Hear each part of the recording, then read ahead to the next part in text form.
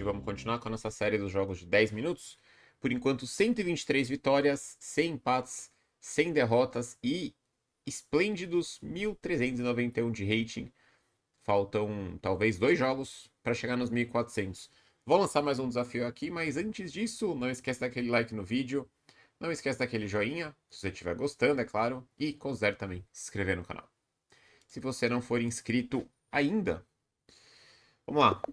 25 pontos para cima, para baixo.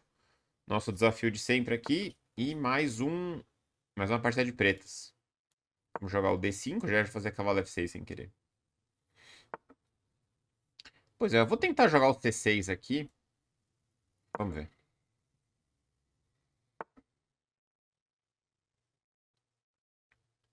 Como ele jogou de maneira um pouco mais passiva, né? Não fez o cavalo C3.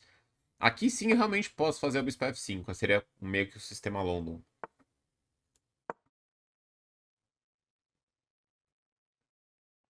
Como eu falei, você tentar forçar a barra para jogar alguma coisa que você quer a todo custo, não costuma dar muito certo. Mas estou tentando seguir o padrão aqui do repertório. Vou fazer cavalo D7. Cavalo F3. Vamos jogar bispo D6 aqui. Eu quero fazer o mesmo plano do cavalo do Pillsbury lá, se ele jogar bispo D3. Vamos ver. Beleza. Então aqui tem um bispo G6 padrão, que é o que eu indico bastante no sistema London. Mas eu tenho falado um pouco da ideia de trocar e jogar F5 agora. É exatamente igual, só que de cores invertidas. Ele tomou, que é uma decisão bem interessante aqui, porque como a dama tá em D3, ele tá aproveitando o fato que eu não posso tomar com peão de E. Se eu pudesse tomar com peão de E, seria lindo aqui, né? Porque fica muito mais harmônico. Eu vou ter que tomar com peão de C, que não é ideal. Mas eu vou seguir com a minha ideia do cavalo F6 e inserir o cavalinho E4, que é o cavalo do Pillsbury. Torrei um lance esquisito já. Vai entrar na lista, vai entrar no capítulo do meu livro sobre lances naturais que são ruins. Porque muitas vezes é normal jogar a torre E1, mas aqui nunca que ele vai jogar E4. Por que que ele joga a torre E1 aqui?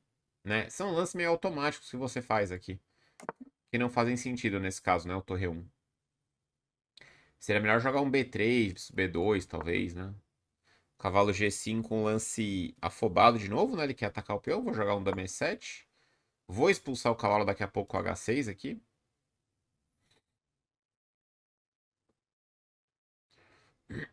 E finalmente vou colocar o cavalinho E4, né? O cavalo do Pillsbury. Do Harry Pillsbury. Eu tô ansioso para achar uma partida aqui quando a gente for fazer análise do cara, né? Do Pillsbury. Eu vou tentar procurar para algum dos próximos vídeos, daqui uns dias, alguma partida do Pillsbury que ele coloca o cavalo em E5 ou em E4 no caso de pretos, né? Jogou A3, que é um lance lento. Vou fazer H6 aqui e expulsar o cavalo. Ele vai ter que voltar. E agora cavalo E4. Né? Ele não pode tomar porque ele leva garfo. Não acho que ele vai fazer isso, né? E agora tá um exemplo perfeito aqui. Claro que ele colaborou muito, né? Jogou torre 1 que é lento, me deu 2 tempos com o cavalo vai e volta. Mas é interessante que eu tô conseguindo impor esse plano que eu tinha falado, né? E como eu falei, era bem melhor ter tomado com o peão de E, só que não deu tempo, né? Se eu tomasse com o peão de E, perdia em F5. Cavalo B5, de novo superficial, acho, né? Vou jogar bispo B8, mantendo. Ah, ele tem bispo D2 agora. É, não me importa deixar a torre aqui por enquanto, que o bispo vai sair com facilidade, mas esse aqui, esse me incomoda um pouco. Ah, bem que eu posso fazer um lance de torre, né? É. Cavalo D2.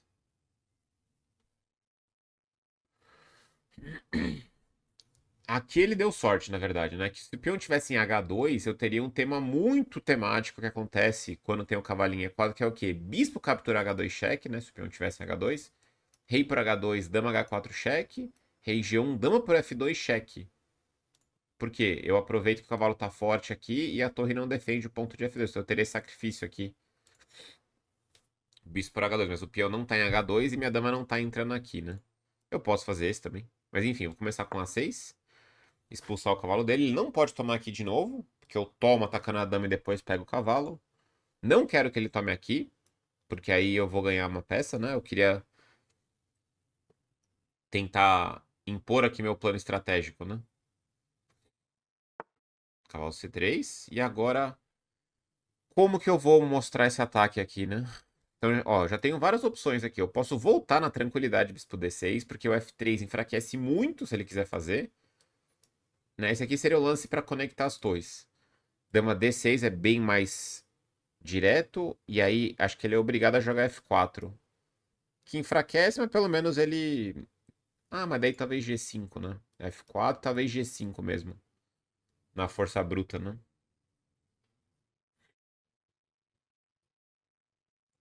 É, ele ainda tá sobrevivendo, não sei. Outra opção é dar H4. E aí ele vai jogar um lance tipo. É, ele tem lances ainda, na verdade, né? Torre F6 é outro candidato pra passar a torre. Eu vou jogar Torre F6.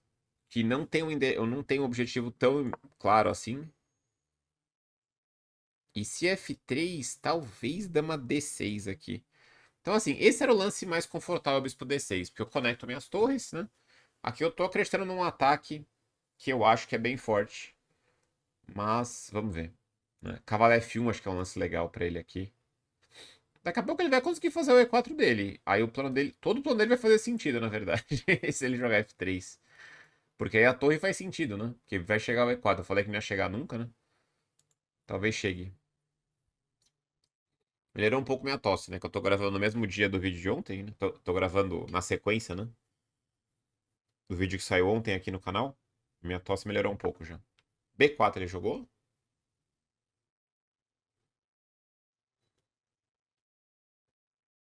E agora eu vou começar a realmente criar ameaças sérias. Torre G6 tem uma cara bem, mas bem chata aqui pra ele. Ameacei dama G5, né?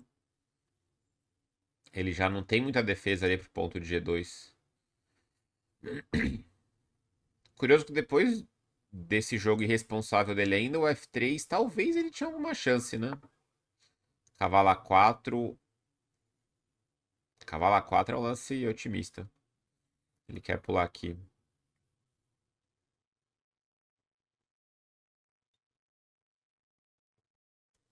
Quase tem esse. Rei toma, dama G5 cheque. Se rei H1, cavalo F2 mate. Mas ele tem rei F1 aqui. Bom, dama G5 é outra opção. G3 é claro que eu sacrifico e ganho. Só que ele ainda tem dama F1. Então talvez dama H4 aqui. Que ameaça aqui e ameaça aqui. Com a cravada, né? Esse parece bom. Dama G5 tá uma cara excelente também, mas dama F1 eu não tô vendo como é que ganha ainda. Vamos jogar esse? Parece cruel já. E se cavalo E4, eu tomo de peão, a dama vai ter que sair, eu continuo tomando em H3 aqui. Meu ataque é muito forte, tá? Mas sempre me dá um pequeno mal-estar de eu não estar usando a minha torre aqui. Né? De eu não ter jogado bispo D6. Então, dama H4 eu vou acabar ganhando, acho que bastante material aqui. Mas se eu quisesse ser muito, mas muito profilático, eu jogaria B6. Eu exagero, né? Dama H4 é bom. Mas eu jogaria B6 aqui. Porque a única ideia desse cavalo é vir pra cá. Se eu jogo B6, o cavalo tá sem endereço nenhum aqui, né? Então eu poderia jogar B6, bispo D6 e conectar minha torre aqui. Mas se você for sempre assim, totalmente profilático, você vai deixar passar muita chance boa, né? O excesso de profilaxia também aí tá conectado quase com um pessimismo também, né? De que tudo vai dar errado, você tem que evitar que o mal aconteça o tempo todo. Também não é assim, né? Não é assim. Dama H3 agora, né? Porque tá cravado aqui. E eu tô ameaçando entrar e dama H2 também. O bispo tá junto aqui. Ele ainda tem F4, né? Dama F3. Pior que dama F3 sobrevive ainda, né? Bispo H2 cheque, rei F1. Cavalo D2 cheque, mas não tá ganhando ainda. Dama H2, né? Vou jogar. Torre G2 não dá. Cavalo D2 não dá porque ele toma minha dama, né? Vamos dar o cheque. É sempre bom dar uma olhadinha, que parece que o bispo nem tá no, no jogo aqui, né? Tem que ser ref. Ele tá tentando tomar minha dama aqui? Ele não tem lance, né? O que ele tá pensando aqui? O que ele está pensando? É, eu posso jogar super preguiçoso, né? Dama H1, rei E2, dama pro G2. Nesse caso é uma preguiça boa, né? O final tá muito ruim pra ele. Também. Abandonou. Tem um ganho aqui? Eu não tô vendo. Alguma coisa em F2, talvez, mas não é tão claro, né? Ah, tá. Não, ele fala bispo G3, cavalo G5, mas o cara desanimou por algum outro motivo. Ah, cavalo G5 é maneiro, né? Ah, porque aí a dama tem que ir lá pra trás, né? Aí dama H1 tá entrando. Dama D1 teria que ser, né? Bom, enfim. Vamos fazer a revisão então da partida. Tinha que jogar mais um pouco ainda, né? É claro que tá perdido, mas eu não tenho um ganho assim, tipo, acabou, assim, um nocaute muito óbvio, né? Esse lance aqui não é nada óbvio, né? Eu nem entendi totalmente porque que ganha, né? Ah, se tomar a torre G3, né? Imagino. Bom, vamos ao que interessa. 88,7, ele fez 74,9.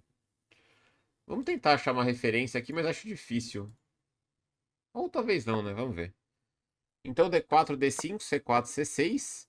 Eu tô tentando forçar a barra, né? Com esse. Aliás, não chegamos em 1400, né?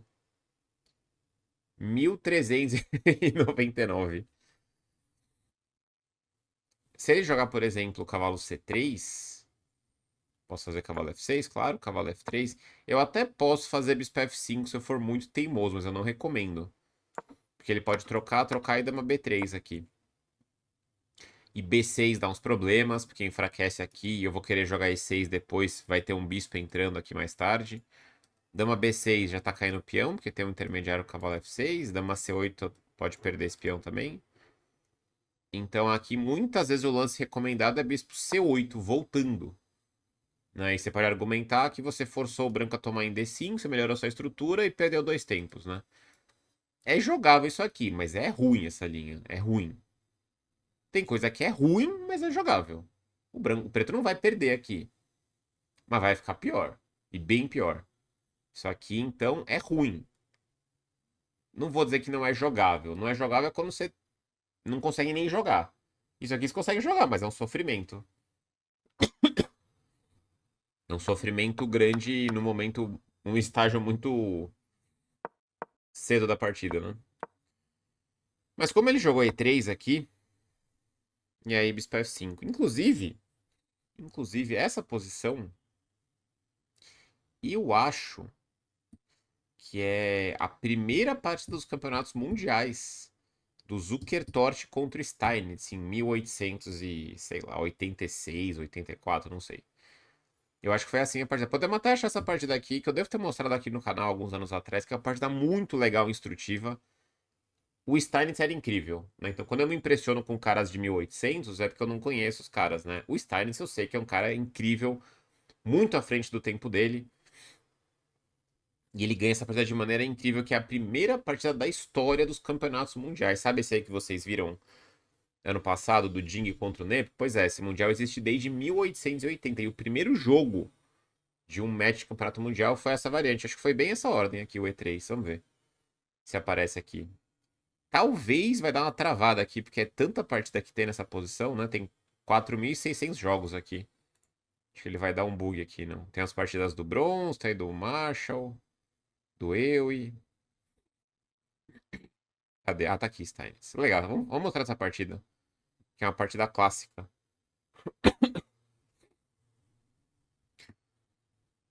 Deixa eu ver aqui. Tá. Ó, essa partida foi jogada. Essa posição foi jogada 1850 a primeira vez, mas jogadores que eu não conheço. Agora essa aqui. É essa mesmo. Essa é a. Deixa eu tirar a barrinha só. Se você não conhece a partida, presta atenção que é uma partida muito legal. 1886. Aliás, eu não devia esquecer nunca mais, né? Porque eu nasci em 1986, né? Então, 100 anos antes do ano que eu nasci, teve o primeiro match de campeonato mundial. né? Zukertort, que foi um desafiante, contra o Steinitz, que era muito superior. Era o melhor jogador da época, indiscutível, Wilhelm Steinitz, um baita jogador assim.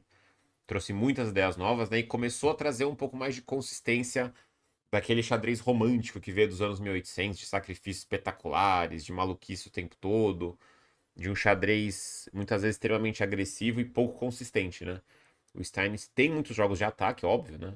Óbvio, não é que ele vai mudar totalmente o estilo, mas ele já é muito mais consistente, né? Ele e o Lasker trouxeram muito disso pro xadrez.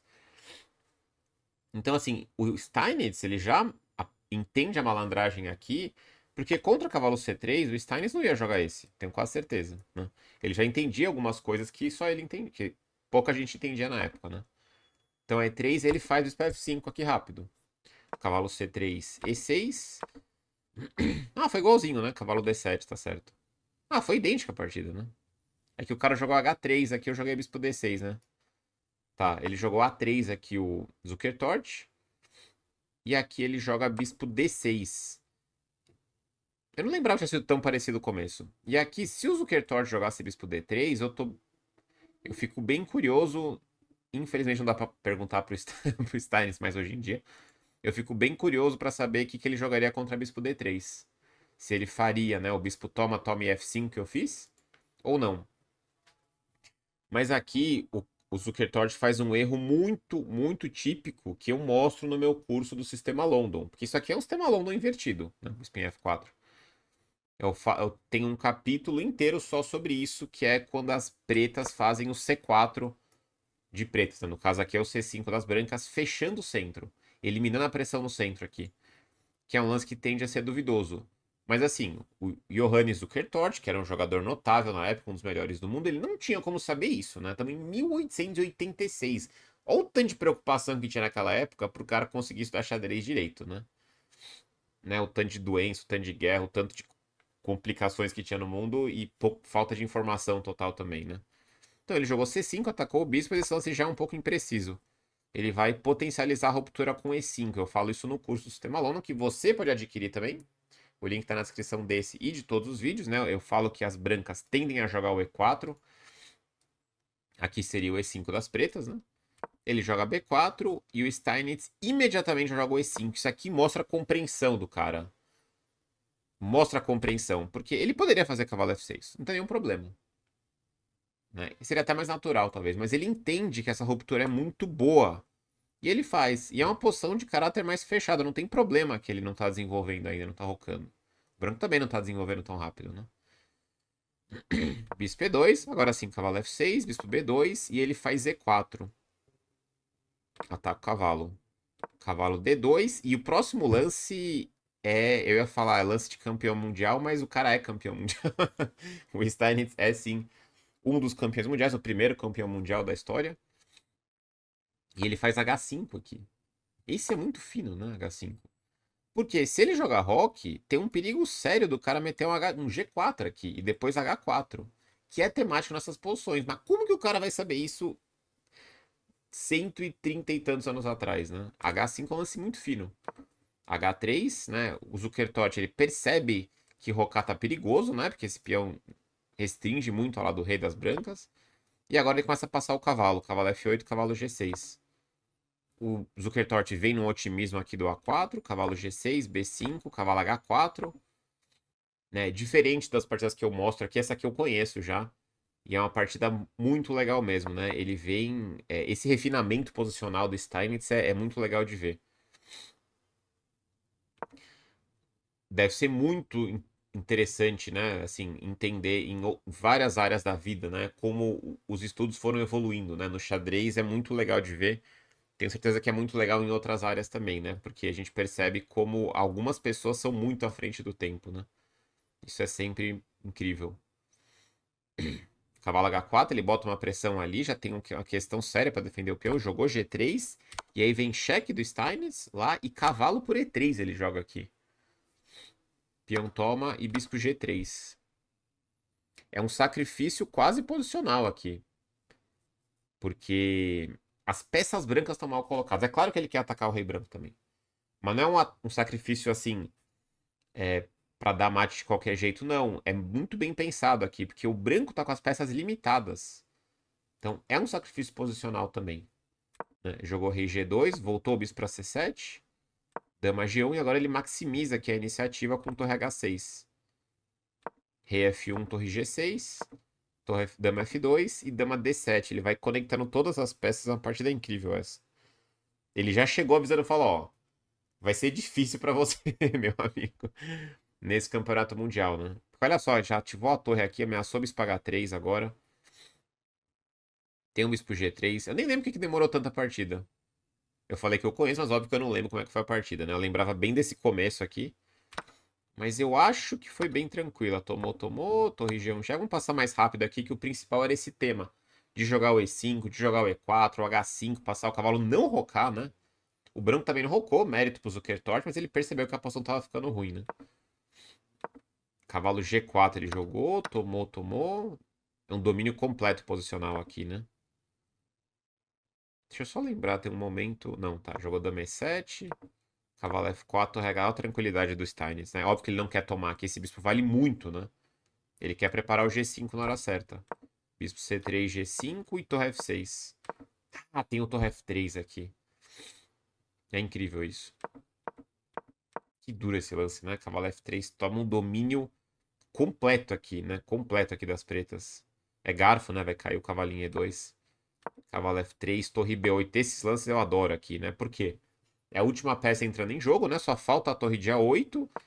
E assim, o branco tá se aguentando, o cara tá fazendo, o cara tá fazendo o que dá pra fazer aqui, o Zukertort. Mas esse lance aqui é o que vai desmoronar tudo. Vai entrar mais uma peça do outro lado, né?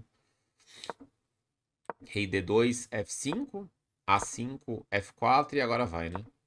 Não tem como resistir a essa iniciativa. Dama F7, você vê a tranquilidade, né?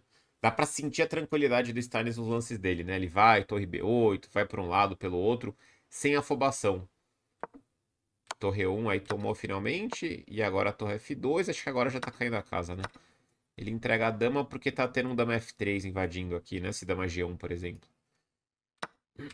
Sacrificou ali, pegou em G4, ele deu mais um cheque aqui, refinado. E agora tomou pra, se der cheque, escapar. E aqui, completamente ganho, né? Bispo D2, podia ter abandonado aqui o Zukertort. Uma G2, e aí foi, né? Rei D7, Rei E6, Rei F5, ajudou o rei ajudando no ataque ali. Tomou. Ah, ele ainda achou. O cara achou uma armadilha. Agora eu lembrei desse final. Porque se tomar, tá ganho ainda, mas aí cavalo G3 duplo, né? Pega ali a dama, enfim. E ele jogou bispo F4, né? Não caiu no golpe, óbvio. E abandonou aqui o Johannes Zukertort em 1886. Essa partida é espetacular. Espetacular do Steinitz. Um jogador que merece muito mais respeito, porque às vezes o pessoal não conhece, né? E assim, óbvio que ele errava muito, óbvio que tem partidas com muitos erros dele ainda, né? Se pegar nas precisões assim, ele vai ser um dos piores campeões mundiais, porque ele é de 130 anos atrás no nível do jogo, né? Mas fazer o que ele fez naquela época, impressionante mesmo. Bom, voltando para nossa realidade aqui, então foi muito parecida mesmo, né? Porque essa ideia do cavalo D7 é bem natural, né? Não tirando o cavalo F6, e aqui fica a dúvida, né? Porque o Zukertort jogou o C5, né? Com A3 ao invés do H3, mas foi muito parecida a partida. Deixa eu botar a barrinha de novo. Mas eu queria muito saber o que, que o Steinitz jogaria contra Bispo D3. Se ele ia tomar ou se ele ia voltar para cá. Eu tomei e F5 é uma tentativa bem interessante aqui. Eu gostei do lance dele tomar, porque senão eu vou preparar para tomar de E depois e vai ficar ainda mais chato, porque quando ele tomar aqui, pelo menos ele pode ter um contrajogo na coluna C, né, alguma coisa. Cavalo F6, eu tinha que ter feito um A6 em algum momento, eu acho. Cavalo G5, dama E7. Ó, ele tinha um cavalo B5 aqui. Agora que eu tô vendo aqui, cavalo B5, eu tô melhor né, já, de toda forma. Mas bispo B8 ele faz um B3 e bispo A3. Cuidado, hein? Olha como é importante. Se tivesse assim, teria zero contra-jogo pra ele. Zero. Mas eu não tive tempo, né? A3 é muito lento. H6, cavalo F3, cavalo E4. Cavalo B5, bispo B8. Cavalo D2, ele tinha que tentar esse. Era a última chance pra jogar bispo B4, né? Esse é muito passivo. Eu jogo A6. Cavalo C3. Ele não gostou do meu torre F6 aqui. Pra mim é um lance bem normal, né? O lance que ele sugere é uma palhaçada completa aqui, o computador, né? Completa. Palhaçada que ele sugere. Ele fala rei H8 e torre G8. Só pode estar de brincadeira, né?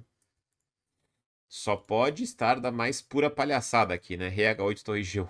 Não faz nenhum sentido. Ah, ele mudou de ideia, né?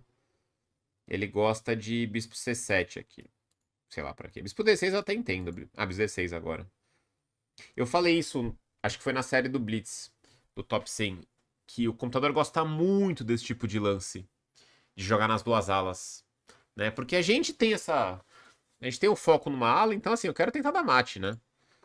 Mas assim, ele gosta muito desses bispo D6 e torre C8, porque o computador não tá focado em uma coisa, ele quer jogar o melhor lance, né? Então esse aqui é um lance maneiro, bispo D6. E aí ele prepara o ataque, mas ao mesmo tempo ele fica de olho na ala da dama.